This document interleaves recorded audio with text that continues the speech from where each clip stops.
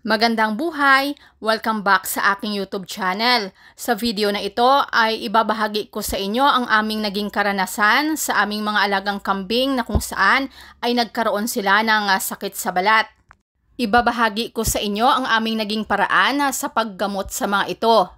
Disclaimer lamang po, ito ay aking sariling pamamaraan lang na naging batay sa aking pananaliksik. Mas mainam pa rin po na magkonsulta kayo sa mga vet sa inyong lugar. Pagkatapos ko nga po mabigyan ng lunas itong aming mga alagang kambing, ay pinalipas ko muna ang 2 linggo para makasigurado po ako na safe ang aking video na isi-share sa inyo. Isa nga sa pinakakaraniwang sakit sa balat ng ating mga alagang kambing ay ang galis.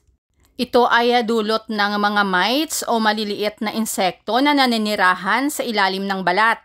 Malalaman nga natin na may galis ang ating mga alagang kambing kapag sila ay nakakaranas ng matinding pangangati. Makikitaan din sila ng sobrang paglalagas ng balahibo dahil sa pagkakamot nila dito. Nagkakaroon din sila ng makapal at tuyo o parang kaliskis na balat. Makikitaan din ng pamamaga at sugat na maaaring pagmula ng impeksyon kapag hindi ito naagapan. Dagdag pa, kapag hindi natin ito maagapan ay maaaring manghina ang ating mga kambing, bumaba ang kanilang timbang at maapektuhan din ang produksyon ng gatas ng ating mga inahing kambing. Ito nga po ang aking ginamit na gamot para maging lunas dito sa galis ng aming mga alagang kambing. Itong ivermectin 0.3% na may 5 grams per sachet. Tinimpla ko ito sa lukewarm water na may sukat na 50 ml. At dahil granules nga ito ay siguraduhin natin matunaw ito ng mabuti, kung kaya't mas mainam din talaga na lukewarm water ang ating gagamitin. Para sa mas mabisang gamutan dito sa ating mga alagang kambing ay nagbigay ako dito ng 1 ml sa bawat kilo nitong mga kambing. Halimbawa, kapag 5 kilos itong ating kambing ay magbibigay din tayo dito ng 5 ml. Disclaimer lamang po ulit, pwede kayong magtanong sa mga vet sa inyong lugar para sa tamang dosage ng pagpapainom sa inyong mga alagang kambing. Kapag matindi ang galis na inyong mga alaga ay pagkaraan ng 7 to 14 days ay maaari nyo ring ulitin ang pagpapainom dito.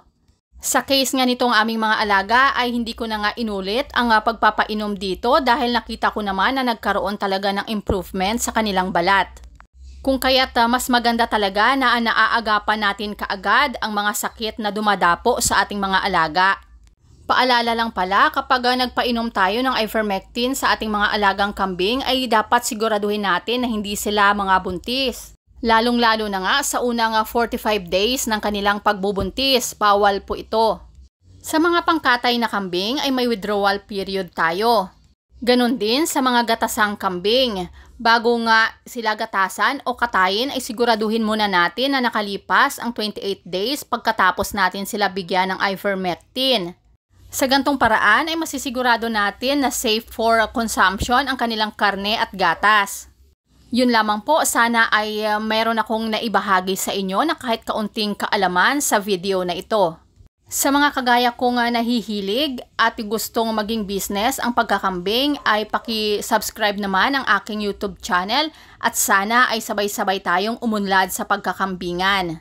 Maraming salamat po sa inyong patuloy na pagsuporta. Keep safe and God bless!